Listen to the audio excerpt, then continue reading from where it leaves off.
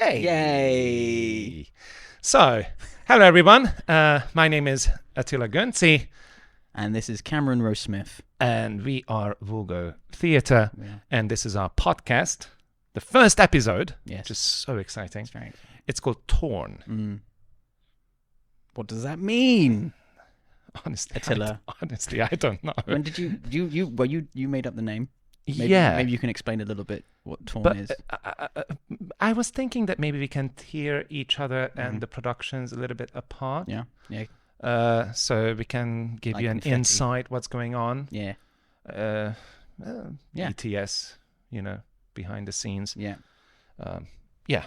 That sounds good. But actually, we can talk about a lot of things. We will. And we will. So we can talk about the upcoming productions. We can discuss movies and music, Maybe art. have a guest to spice things Later, up. later, for sure. Later. If anyone's interested. Well, if you like us, then maybe we will continue. We will. If you enjoy this time with us, sitting on this lovely sofa, which is actually quite... You look cramped. Yeah. Do you feel cramped? Yeah. This is nice for me. I'm the perfect size. Yeah. For this, Well, you are not 6'4". No. So. All right. Well. But anyway, so yeah, we can talk about all these things, and and actually, let's start. Go on. Because I have a question for you.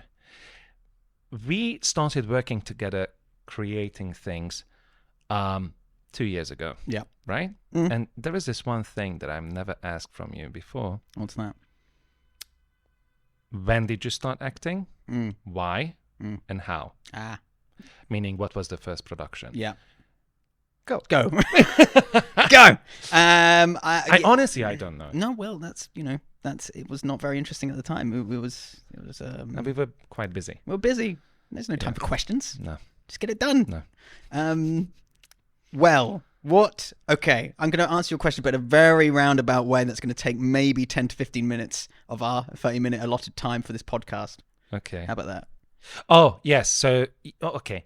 Each and every episode will last for 30 minutes.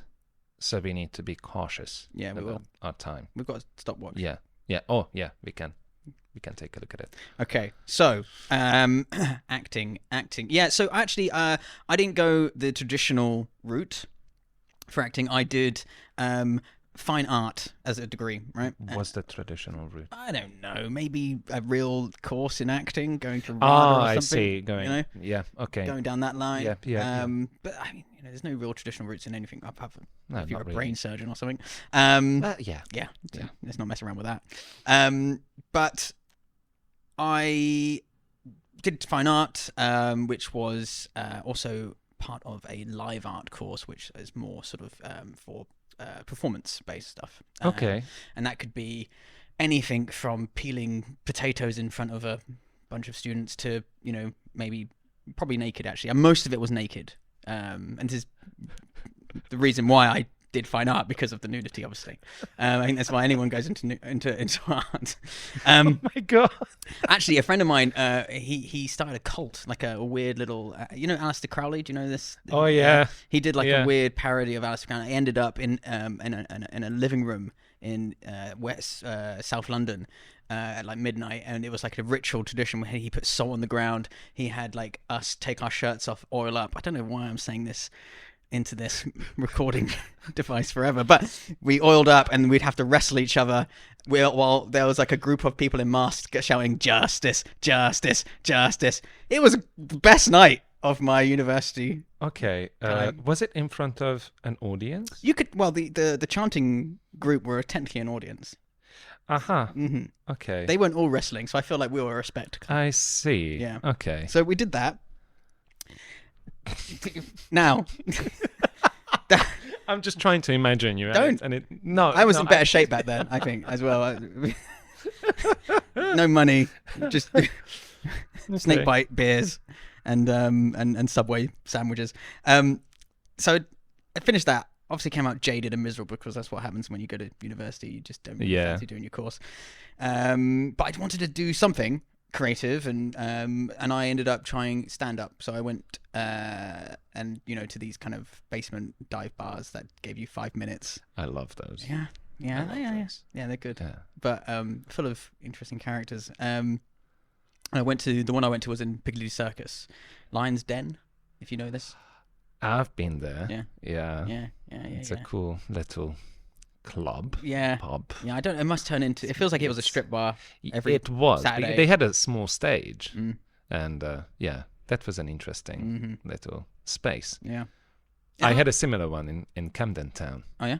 Yeah, I used to perform in Camden Town. There was a theatre called the Etc. Theatre above the Oxford Arms, which is basically on the high street of Camden Town before the famous bridge. Yep. You know why is it famous? Why is it famous, Attila? Well, actually, it's a really funny story because every time I'm trying. Go on. So every time when I cross that bridge, on one side, on the left-hand side, you saw a police officer, and on the right-hand side, a drug dealer. Yeah. And they'd probably just doff their caps at each other and be on their way. Let me tell you this. So I was crossing this bridge, and this guy came to me, whispering into my ear, "Knock, knock, Mariana, knock, knock." And Did you say Mariana who? No, I didn't. I was shocked. Yeah. So yeah. But anyway, so just before that bridge, there's this little pub, like a British pub. But above the pub, there is a small performance space, and it's the Etc. Theatre. And actually, they are linked with the Edinburgh Fringe Festival. So yeah, it was a great experience. Was it nice? Yeah. It was a small a black box theatre. I think it was like 40 seats inside. That's quite nice. So, what did you perform there? I performed Charlie, which was a one-man show based on Daniel Keyes' Flowers for Algernon. Yep. And I wrote a play about Jack the Ripper, which I only performed once. Why was that? I will never... Jack the Ripper. Why did you only perform once? Did it? I failed big time. Why'd you fail? Well, I wrote the script, and the play itself, it was like 2 hours long. One and a half. Was it one-man play as well? One-man show. 1.5 hour long, with an interval. So 2 hours, oh my God. I mean, it felt like 2 hours. It felt like infinity. But halfway, I forgot my script, the script that I wrote. And so I had to improvise. But they wouldn't know. You only did it once. Yeah, but the worst experience I ever had on stage, honestly. You sweat. Yeah. And I do sweat, by the way. What's with all these one-man plays you're doing? Does no one want to work with you? What's happening?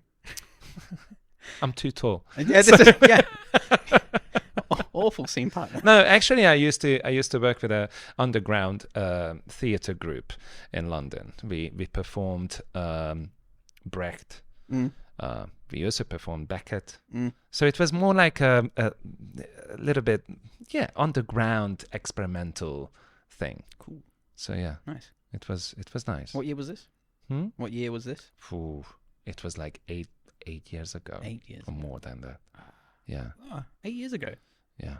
We were in London at the same time. But different sides of the probably. river? I don't know, different sides of the... Anyway, it's fine. It's fine. Now we are in Hong Kong, which is a wonderful city. Yeah. So, yeah. Cool. Should I continue? Yeah, please continue. Sorry. Just drifted into your life. We'll come back to you. Don't worry about it. Did comedy for a little bit.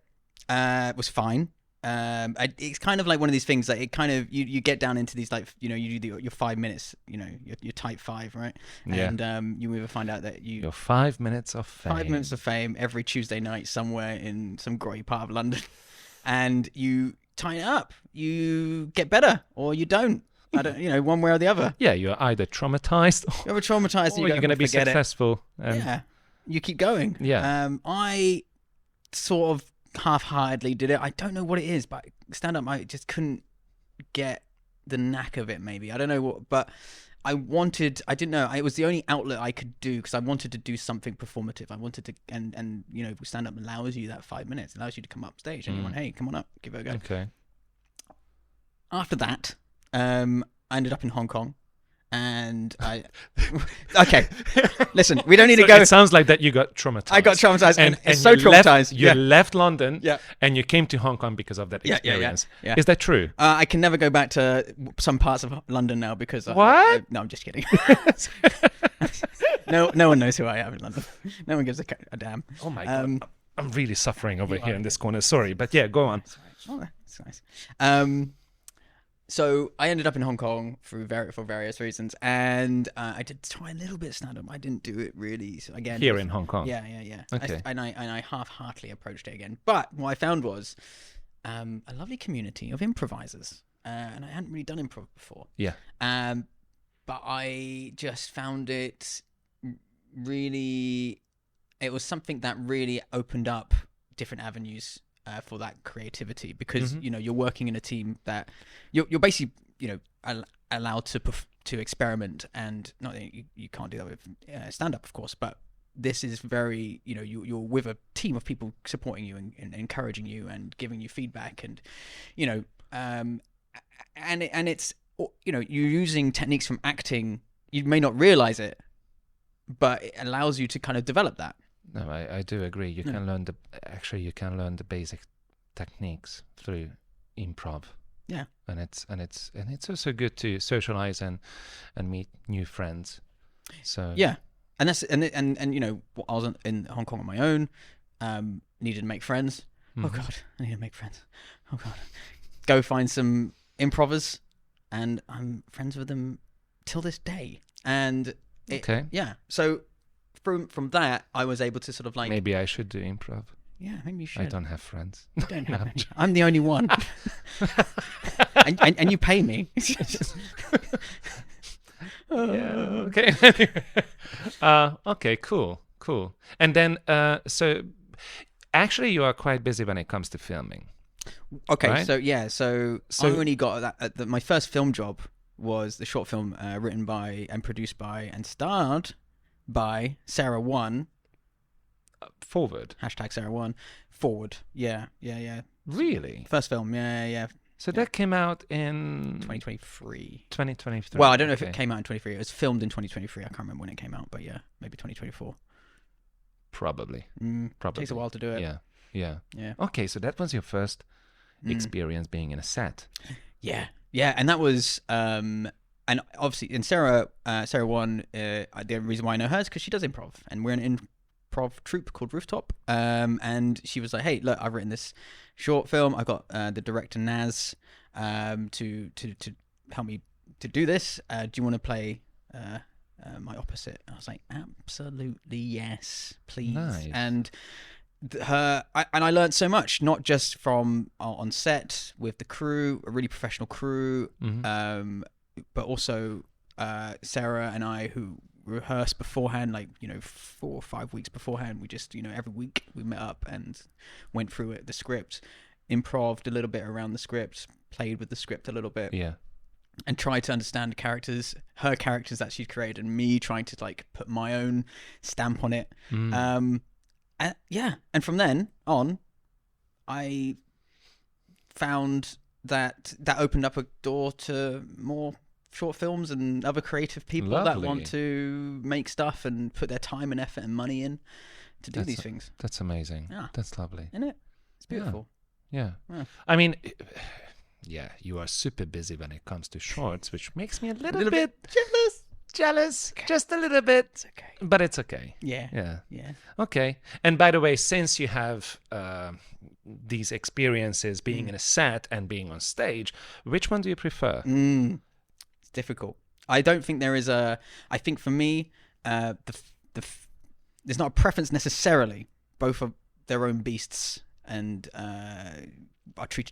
you treat them differently. But with theatre, there is a part of me that is more apprehensive about theatre, have a bit more of a fear about theatre. I mean, it's mostly because because it's live. It's live. Fundamentally, it's live, and if you balls up, you are depending on you feel super bad because people are depending on you, unless you're in a one-man play like yourself, and you have to improv it all, and you can kick yourself later.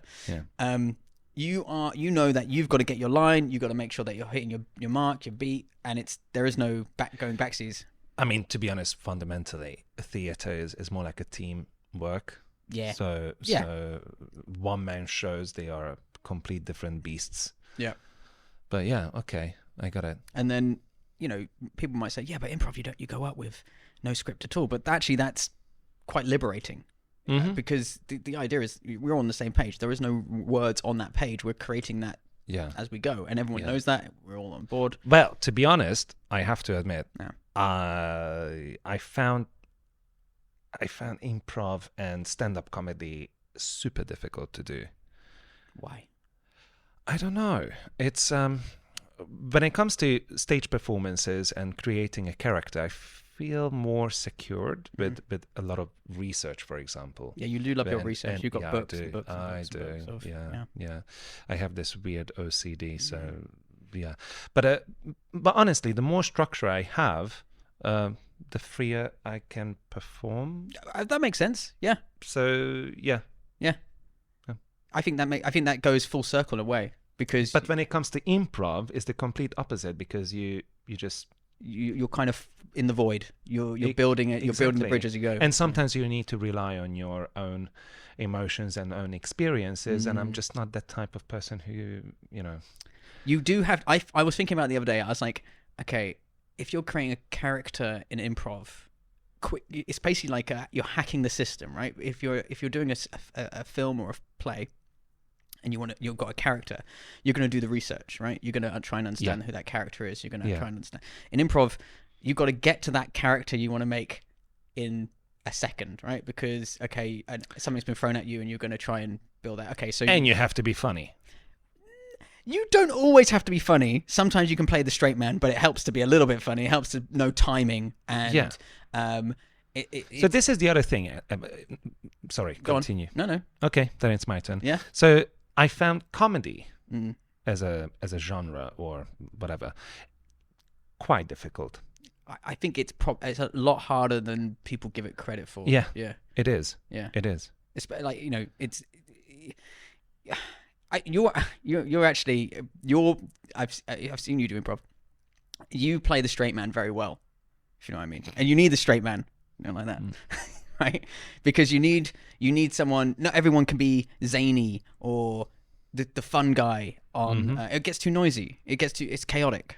You need to keep the balance, right? Balance, so that's one of the But this is why improv is a wonderful thing, because when you're on stage with everybody, everyone has their role, and if you understand each other well enough, and the chemistry is there, then you know how to play off that person you're opposite, right? And how to complement their scene work, and they're complementing your scene work. Yeah, exactly. It's like playing tennis, for example. Exactly. You get that good rally. Yeah, exactly. Yeah. Okay. And then with film, just to go back, it's one thing wonderful that you can retake. You do you can.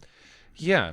The hard part about film is, though, you have to get in and out of that character rapidly, in terms of, it's not like theatre where you're from start to finish, you are that person, you are that character, and you can submerge yourself in that.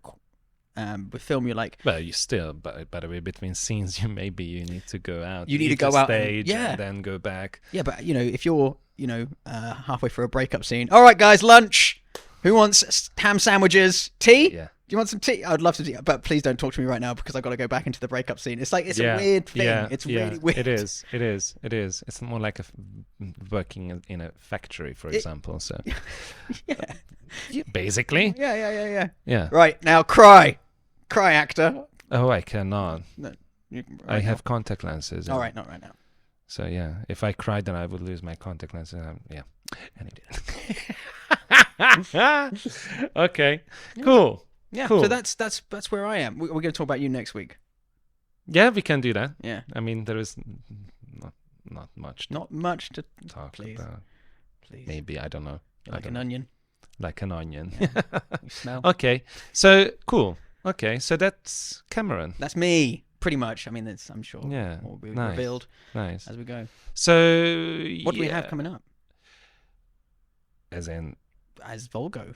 Oh, well, actually, this is something that I'm super excited about on a personal level as well. Yeah. So we are invited to perform at the European Literature Night in Hong Kong, which is like a big event. Yeah? It will happen in 12, 13, 11 different locations around the city. Are we just doing one Across the location? city. Yeah. Yeah. Oh, thank God. Yeah. Okay. So we will represent my country, Hungary, Yeah. because originally I'm from Hungary. Yeah. And so, yes, it will be an interesting event. We will perform a scene from a book written by Attila Bartish, who's actually a very famous Hungarian. Is everyone in Hungary writer. called Attila?